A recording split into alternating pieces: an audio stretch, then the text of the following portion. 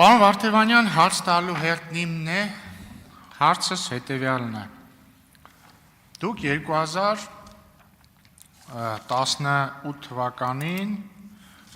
վարչապետի օգնականն էիք, չէ՞, թե խորհրդական, օգնական։ 18-ին ավակ օգնական։ Ավակ օգնական։ Մինչև այդ 2017-ին ընտրություններին մասնակցել էիք ՀՀԿ ցուցակով, եթե չեմ սխալվում։ Եվ դուք ձեր ելույթում մի հատ բան ասեցիք, որ ես կարծում եմ, որ պետք է անարդարությունների հարցը բարձրացնել, երբ որ դու լծակում ես։ Հիմա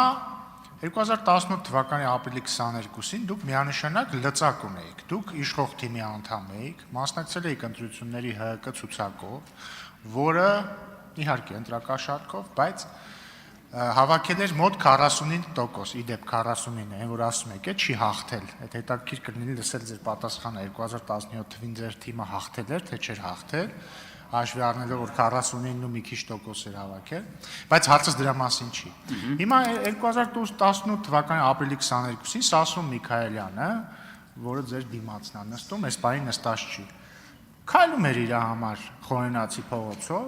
ոստիկանները եկան, ցրեցին մարդկանց, հատուկ միջոցներ կիրառեցին, Սասուն Միքայելյանին բռնեցին,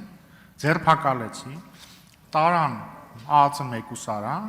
ու դատախազություններ մեղադրանք առաջադրեց ու պատրաստվում էր գլխավոր դատախազնել գարստեղ, որպեսզի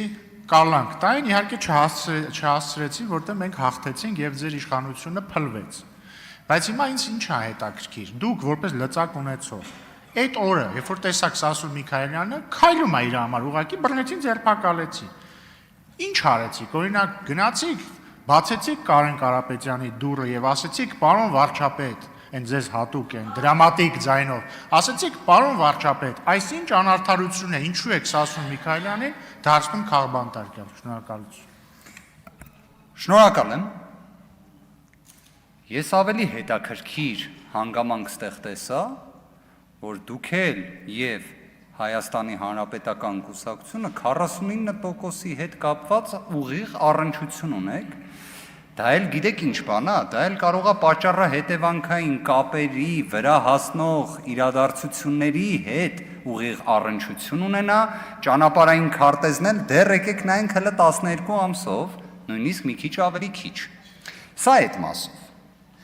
Երկրորդ հանգամանքը, պարոն Ռուբինյան, ես էլ եկեք այս ձև հարցը ձևակերպեմ, դուք էլ արձագանքի ժամանակ կուզեք, անդրադարձեք։ Դուք ունեցել եք հնարավորություն այս ամբիոնից լսելու գլխավոր դատախազ Արթուր Դավթյանի բազմաթիվ զեկույցներ։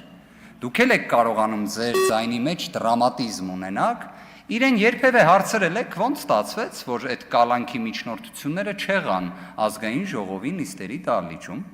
Ինչի ինքը չներկայացրեց դա եւ ժամանակային քրոնոլոգիայի տեսանկյունից դուք առնվազն երևի թե համարում եք իրադարձությունների զարգացումը մայիսի 8, չէ, երևի 18 թվական։ Մայիսի 8, այսինքն ոչ թե ապրիլի 25-26, այդտեղ մի բան ոնց որ չի ստացվում։ Իմ գործողությունները այդ ժամանակահատվածում թույլ տվեք մի այլ պատե առիթով կներկայացնեմ։ Հետաքրքիր կլինի թե ոչ, թող հանրությունը գնահատի,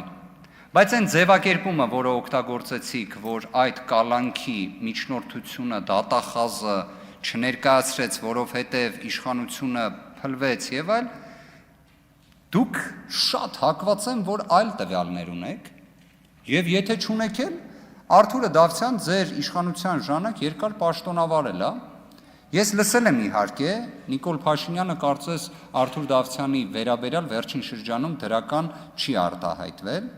էդ էլ ոնց որ հետաքրքիր է, ոնց է ստացվում, էլի գնահատողական այդ չափանիշը որն է, որովհետև երբ գլխավոր դատախազ էր, նույնիսկ եթե չեմ սխալվում, թող դատախազները ներեն, որ այդ տերմինը օգտագործեն, բայց ուսադիրի բարձրացում էլ է ունեցել հենց այս իշխանության պաշտոնավարման ժամանակահատվածում։ Այսքանը։ Շնորհակալություն, պարոն Վարդևանյան, դուք իմ պոտենցիալ տեղակալն եք եւ ես փորձում եմ, ինչ ասեմ, չսրել մեր խոսակցությունը, բայց Դասական օրինակ ցույց տվեցիք, թե ինչպես է կարելի 3 րոպե խոսալ եւ ոչինչ չասել։ Ես ձեզ հարց եմ տվել, պատասխանեք իմ հարցին։ Ասում եք ես հարցը sense վերաձևակերպեմ։ Մի վերաձևակերպեք այս հարցը։ Ես եմ ձեզ հարց տալիս կոնկրետ հիմա, դուք եք պատասխանում հարցին։ Հիմա պատասխանեք։ Սասուն Միքայելյանին 2018 թվականի ապրիլի 22-ին բռնեցին փողոցում, ձերբակալեցին, տարան կալանքի ոչ մի բանի համար։ Հիմա դուք այդ ժամանակ լծակ ունեցող մարդ եք, իշխող թիմի անդամ եք, վարչապետ Կարեն Կարապետյանի օգնականն եք։ Դուք էլ ստեղ ասում եք, որ ես կարծում եմ լծակ ավակ, հա, ներողություն, 1000 ներողություն, ավակ օգնականն եք։ Ստեղ էլ ասում եք, որ ես կարծում եմ, որ պետքա լծակ ունենալու ժամանակ բարձրաձայնել անարդարության մասին։ Հիմա ասում եմ, այդ ժամանակ լծակ ունեցած վիճակում ինչի՞ չեք բացել Կարեն Կարապետյանի դուռը եւ ասել պարոն վարչապետ, այս ինչ ենք անում։ Խնդրում եմ հիմա միանգամից ասեմ, ակնկալում եմ հարցից պատասխան, պետք չի ինձ հետ հարց ձևակերպել։ Շնորհակալություն։ Պատասխանը հետևյալն է.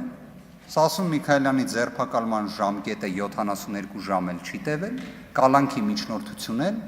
դատախազը մուտքագրած լինելով ազգային ժողով հետ է վերցրել նշված միջնորդությունը։ Ցավոք ես չունեմ արձագանքել իրարու, բայց սա ես խորհուրդ եմ տալիս բոլոր քաղաքական գործիչներին նայել պարոն Վարդանյանին եւ կամ անել այսպես կամ չանել այսպես, ես խորհուրդ եմ տալիս չանել այսպես։